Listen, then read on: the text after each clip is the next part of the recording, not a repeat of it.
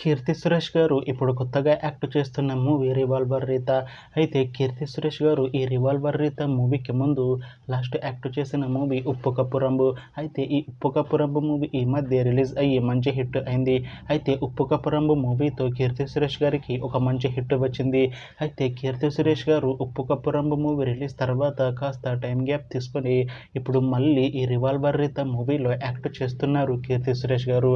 చూడాలి కీర్తి సురేష్ గారికి ఈ 'రివాల్వర్ రీత' మూవీతో కూడా ఇంకొక మంచి హిట్ తనకి వస్తుందా లేదా అనేది మనం ఈ 'రివాల్వర్ రీత' మూవీ రిలీజ్ అయ్యాక చూడాలి.